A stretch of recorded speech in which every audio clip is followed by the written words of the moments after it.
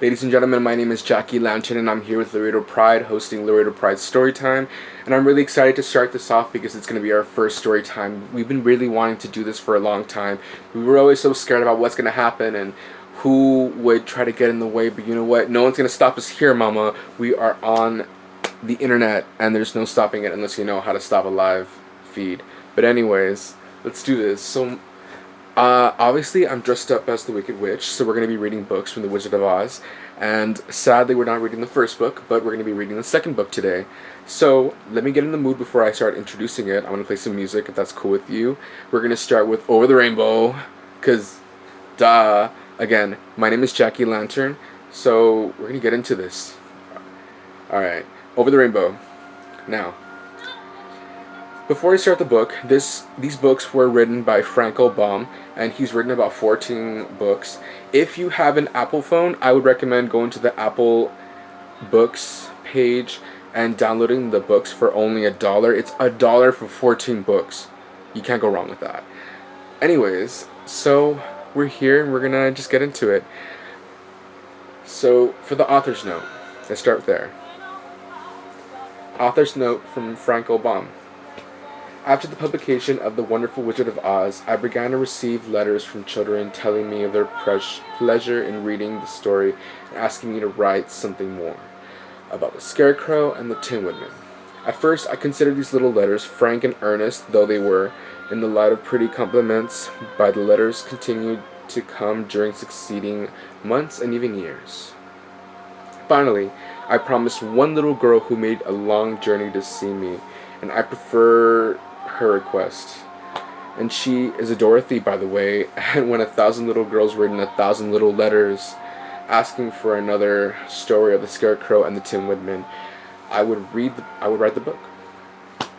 Either little Dorothy was a fairy in disguise and waved her magic wand, or the success of the stage production of The Wizard of Oz made new friends for the story. For the 1,000 letters reached their destination long since, and many more followed them. And now, although pleading guilty to a long delay, I have kept my promise in this book. Frank L. Baum, Chicago, June 1904. So, with that being said, let me fix my hat real quick. There we go. Okay, I think that's good. Let's do it again. Now, we're going to start with the first chapter. Again, this is The Marvelous Land of Oz. It's the second book of the series of books. So, with that being said, chapter 1 is called Tip Manufactures of a Pumpkin Head. And with that being said, I brought my own pumpkin. Anyways, so we're here. Now, Tip Manufactures of a Pumpkin Head. In the country of the Gillikins, which is at the north of the Land of Oz, lived a youth called Tip. There was more to his name than that, for old Mombi often declared that his whole name was Tipitarius, but no one was expected to say such a long word when Tip would do just fine. So, this boy remembered nothing of his parents, for he had been brought quite young to be reared by the old woman known as Mombi, whose reputation, I'm sorry to say, was none of the best. But you know what? I can relate. For the Gillikin people had reason to suspect her of indulging in magic arts, and therefore hesitated to associate with her. Mombi was not exactly a witch, because the good witch who ruled that part of the Land of Oz had forbidden any other witch to exist in her dominions. Yes, dominions. So Tip's guardian, however much she might aspire to working magic, realized it was unlawful to be more than a sorceress, or at most a wizardess. Tip was made to carry wood from the forest that the old woman might boil her pot, so also worked in the cornfields, hoeing and husking. Sis, really? Hoeing and husking, let's do this. Same. Oh my god, I lost where I was. Let's see. Got distracted. You see the word hoeing and you're just like, fuck.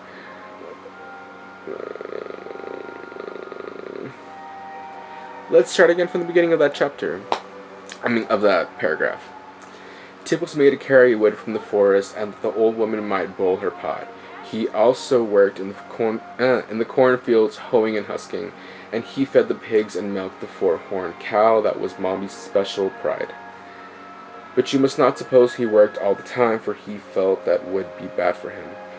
When sent to the forest, Tip often climbed trees for bird eggs, or amused himself chasing the fleet white rabbits, or fishing in the brooks with bent pins, when he would hastily gather his armful of wood and carry it home. Excuse me. And when he was supposed to be working on the cornfields, and the tall stalks hid him from Mommy's view, Tip would often dig in the gopher holes, and in the mood seized him, lie upon his back between the rows of corn and take a nap. So, by taking care not to exhaust his strength, he grew as strong and rugged as a boy can be. Mommy's curious magic often frightened her neighbors, and they treated her shyly, yet respectfully because the weird powers. Okay. But Tip frankly hated her, and took no pains to hide his feelings. Indeed, sometimes he showed less respect for the old woman than he should have done, considering she was his guardian. Hello? Pay attention to your elders, kids. There was a pumpkin in Mommy's cornfield, lying gold-red among the rows of green stalks, and these had planted and carefully tended that the four-horned cow might eat them in the winter-time. But one day, after the corn had all been cut and stacked, and Tip was carrying the pumpkins to the stable, he took a notion to make a jack-lantern. You mean a jacky-lantern, sweetie? Tip, get it right. Alright. And try to give the old woman a fright with it. So he selected a fine big pumpkin, one with a lustrous orange-red color, like me, and began carving it with the point of his knife, and made 2 round eyes, a 3-horned nose, and a mouth shaped like a new moon.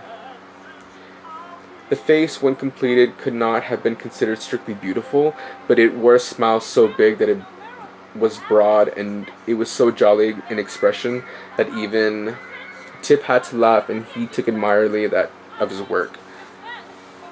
The child had no playmates, so he did not know that the boy often dig out of the inside of the pumpkin. Oh, he didn't know that he had to dig inside the pumpkin head, so. And in the space thus made, put a lighted candle to render the face more startling. But he conceived an idea of his own that promised to be quite effective. He decided to manufacture the form of a man. He would wear the pumpkin head and stand it in place where the old Mommy would meet face to face. You're gonna scare your mama, don't ya? Anyways. And then said Tip to himself with a laugh, she'll squeal louder than a brown wig does when I pull her tail. What the fuck? Oh my god. Beep, beep, beep. Okay. Fright worse than I did last year when I had a cute. He had plenty of time to accomplish his task, for Mommy had gone to a village to buy groceries, she said, and it was a journey of at least 2 days, I think. I was there.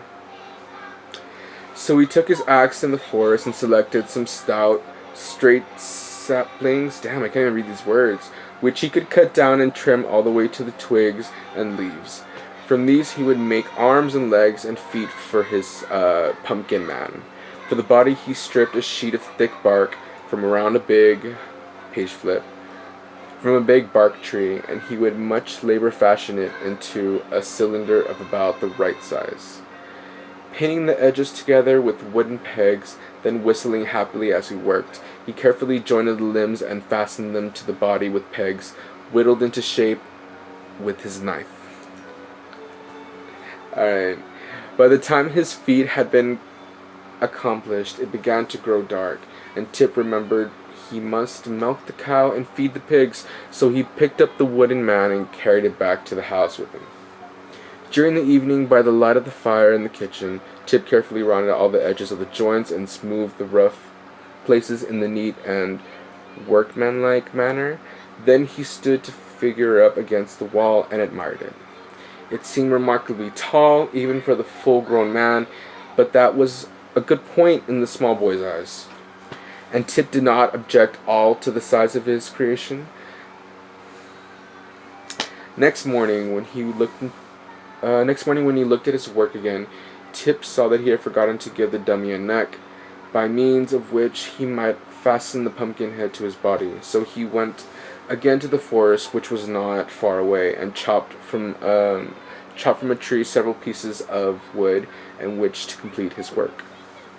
When he returned, he fastened a cross piece to the upper end of the body, making a hole through the center to hold upright the neck.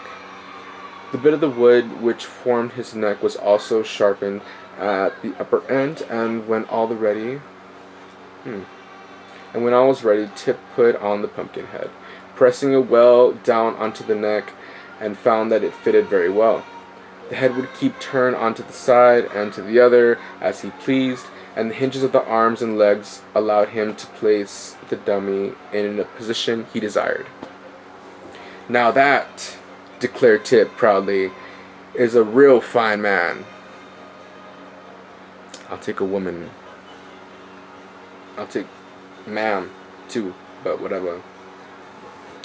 "Now that," declared by Tip proudly, "is a real fine man," and it out-frightened several speeches out of his old mommy. But it would be much more lifelike if it were probably dressed. To find clothing seemed to be no easy task, but Tip boldly ransacked a great chest in which Mombi kept all of her keepsakes and treasures, and at the very bottom he discovered some purple trousers, a red shirt, and a pink vest which was dotted with the spots.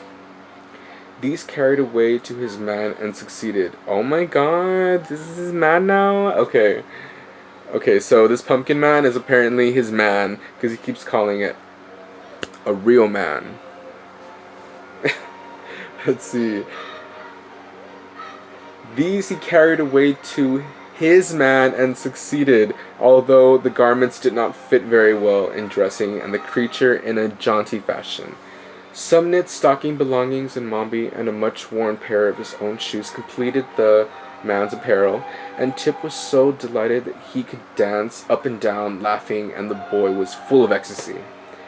"I must give him a name," he cried, "so a good man as he must surely have a name.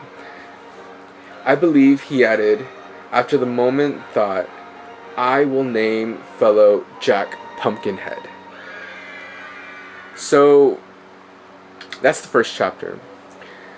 Obviously, we're running a little bit out of time, but for the rest of the time, I'm going to play a video that I have ready for you. It's from Wicked. It's Defying Gravity, and I hope you like it.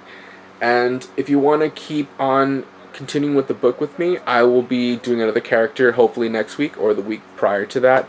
And I'll be reading the next few chapters, so just keep in touch and keep on seeing the rest of the video. I think it's going to be playing that way. There we go. So remember, my name is Jackie Lantern, and if you want to keep seeing the rest of the show, tune in.